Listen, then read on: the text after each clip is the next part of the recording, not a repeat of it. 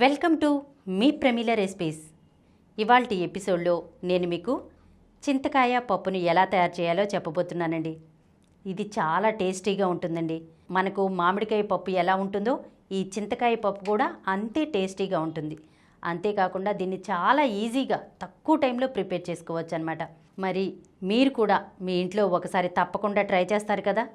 ముందుగా చింతకాయ పప్పును తయారు చేయడం కోసం 200 గ్రాముల కందిపప్పును తీసుకుని దీన్ని బాగా కడుక్కుని ఇందులో 5-6 పచ్చిమిర్చిని నిలువుగా కట్ చేసి వేసుకుని తగినన్ని వాటర్ పోసుకుని అందులో 1/4 టీ స్పూన్ పసుపు వేసి కలిపి కుక్కర్ మూత పెట్టుకుని హై ఫ్లేమ్లో 3 విజిల్స్ రానివ్వాలి. ఇవి విజిల్స్ వచ్చేలోపు చింతకాయలను ఉడికించుకుందాం.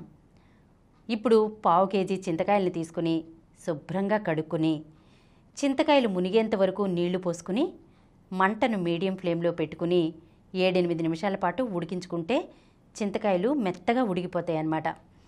చింతకాయలు ఉడికిన తర్వాత స్టవ్ ఆఫ్ చేసేసి వీటిని బాగా చల్లారనివ్వాలి. ఇవి బాగా చల్లారాక చింత తొక్క గింజలు తీసేసి గట్టిగా పిండి రసం తీసుకోవాలి. ఇప్పుడు 3 విజిల్స్ వచ్చాక పప్పు చక్కగా ఉడికిపోయింది. ఈ పప్పుని ఒకసారి కలుపుకుని ఇందులో పప్పుకి సరిపడా పులుసు పోసుకోవాలన్నమాట. ఒకేసారి మొత్తం రసం వేసేయకూడదు, పులుపు చూసుకుని వేసుకోవాలండి. ఇందులో ఇప్పుడు 1 స్పూన్ కారం, 1/2 స్పూన్ ఉప్పు వేసుకుని కలుపుకుని మీడియం ఫ్లేమ్లో ఒక 5 నిమిషాల పాటు ఉడికించుకోవాలి. ఇప్పుడు ఈ పప్పుకి తాలింపు పెట్టుకోవాలన్నమాట. తాలింపు కోసం ఒక ప్యాన్ పెట్టుకుని అందులో 2 టేబుల్ స్పూన్ల ఆయిల్ వేసుకుని ఆయిల్ వేడెక్కిన తర్వాత ఇందులో 7-8 వెల్లుల్లి రెబ్బలను దంచి వేసుకోవాలి. ఇవి కొంచెం వేగాక ఇందులో 1 స్పూన్ జీలకర్ర, 1 స్పూన్ ఆవాలు, 2-3 ఎండుమిర్చిని కట్ చేసి వేసుకోవాలి. అలాగే కొద్దిగా కరివేపాకు కూడా వేసుకుని ఫ్రై చేసుకోవాలి. ఇవి వేగిన తర్వాత ఇందులో చివరిగా కొద్దిగా ఇంగు వేసుకోవాలన్నమాట. ఇప్పుడు ఈ తాలింపుని పప్పులో వేసుకుని ఒకసారి కలుపుకుని 1 నిమిషం పాటు ఉడికిస్తే చాలండి. అంతేనండి, ఎంతో టేస్టీగా ఉండే చింతకాయ పప్పు రెడీ అయినట్లే. చూశారు కదా తక్కువ టైంలో ఎంత ఈజీగా ఈ పప్పును తయారు చేసుకోవచ్చో. మరి తప్పకుండా ఒకసారి మీ ఇంట్లో కూడా ట్రై చేసి చూడండి.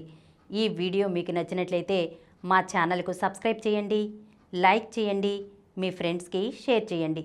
ఇలాంటి మరిన్ని వీడియోస్తో మీ ప్రమీల రెసిపీస్లో వచ్చే ఎపిసోడ్లో కలుసుకుందాం.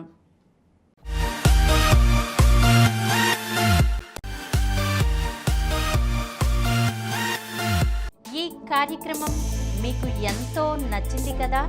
ఇటువంటి మరిన్ని వీడియోల కోసం అనతి కాలంలోనే 20 కోట్లకు పైగా వ్యూస్ సాధించిన సమరం ఛానల్ సమర్పించు సమరం ఫుడ్ ఛానల్కు సబ్స్క్రైబ్ చేయండి, లైక్ చేయండి, మీ ఫ్రెండ్స్కి షేర్ చేయండి.